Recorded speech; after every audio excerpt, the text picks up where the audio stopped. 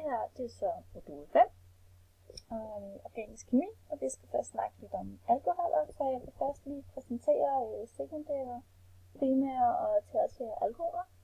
Og her har vi en primær,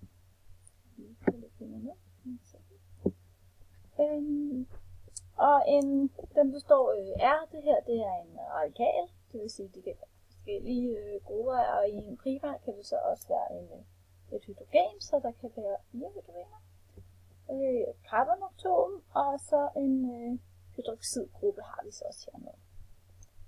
Og en primær alkohol, den sidder også på en ydre kæde, fordi den kan kun blive bundet til en forskellig eller en anden forskellig gruppe. Hvor en sekundær,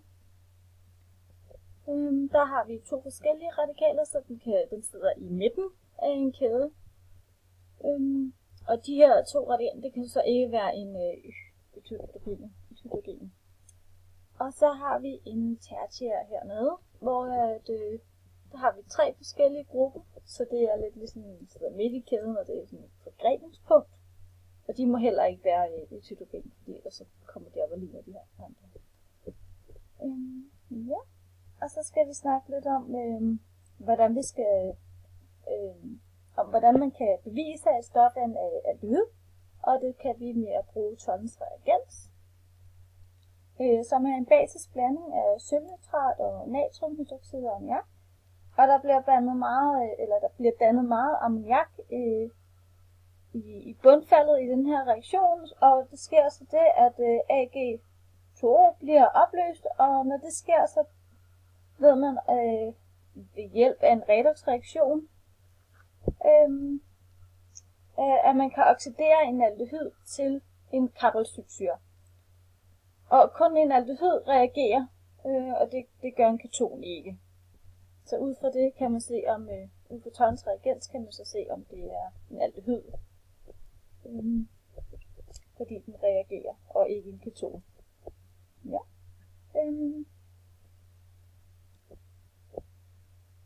Aldehyder giver et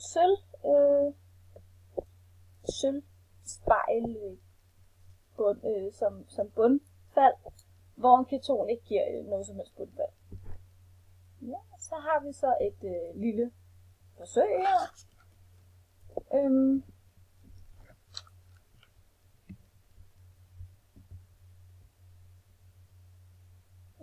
Hvor vi skal forklare ud fra undersøgelsen, hvilke alkoholtyper der er, om det er en primær, sekundær og tertiær.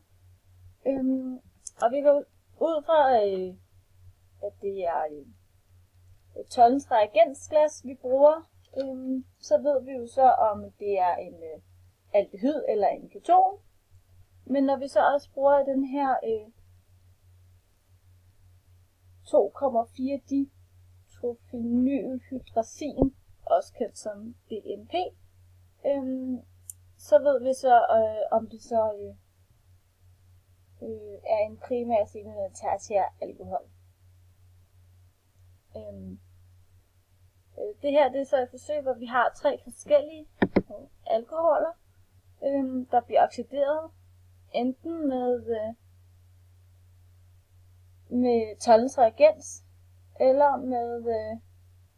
eller det skal igennem alle 3 ting, ikke? Men vi kan så se hernede, at A, den reagerer ikke på Thorntons reagens, så vi ved, at det er ikke en karbonylsyre. Men den reagerer altså på DNP, og derfor er det faktisk en keton.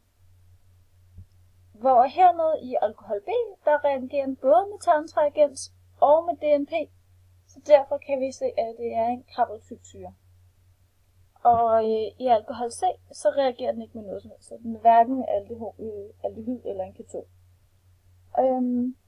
Så den her alkohol C, når den ikke reagerer med noget, så er det en tertiær alkohol. Og B'eren, det er jo så en primær, fordi den både reagerer med det ene og det andet. Og A, den reagerer kun med DNP, så derfor er det en keton. Eller det er en sekundær alkohol.